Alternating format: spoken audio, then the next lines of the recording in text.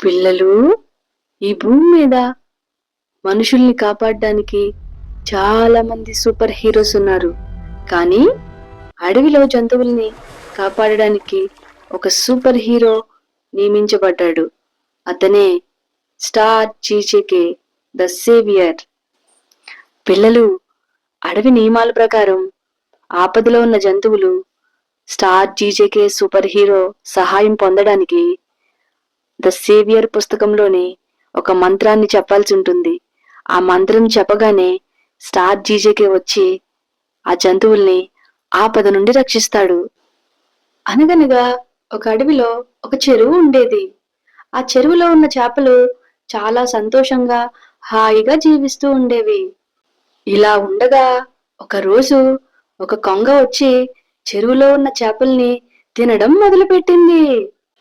అడవి నియమాలకి విరుద్ధంగా కొంగ తన ఆకలి తీరినా సరే ఎక్కువ చేపల్ని చంపేస్తూ ఉండేది. ఇదంతా గమనిస్తున్న చేపలు ప్రాణభయంతో ఒక సమావేశాన్ని ఏర్పరచుకుంటాయి.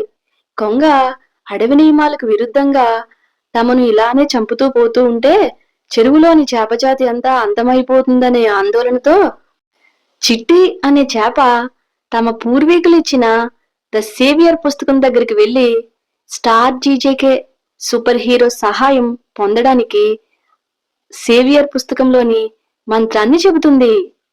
మంత్రం చెప్పగానే స్టార్ జీజేకే వాయువేగంతో అడవిలోకి వచ్చి సరస్సులో ఉన్న చేప దగ్గరికి వెళ్లి, చిట్టి, ఏంటి నీ సమస్య అని అడుగుతాడు.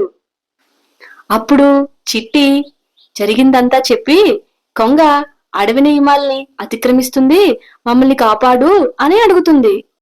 ఇదంతా విన్న తర్వాత స్టార్ జీజేకే కొంగ వద్దకు వెళ్లి కొంగకి బాగా బుద్ధి చెప్పి కొంగ నోట్లో ఉన్న చేపను తిరిగి చెరువులోకి విడిచిపెడతాడు. ఆ తరువాత కొంగ భయంతో వణికిపోతూ అడవి నియమాలను అతిక్రమించనని చెప్పి ఆ చెరువు వదిలి వెళ్ళిపోతుంది. చేపలన్నీ తమకు చేసిన సహాయానికి స్టార్ జీజేకి కృతజ్ఞతలు చెబుతూ తిరిగి సంతోషంగా చెరువులోకి వెళ్ళిపోతాయి. సరేనా పిల్లలు? అమ్మ నాన్నల మాటలు వింటూ బాగా తిని బాగా చదువుకోవాలి. రేపటి కథలో మళ్ళీ కలుద్దాం. Shining of star GJK channel.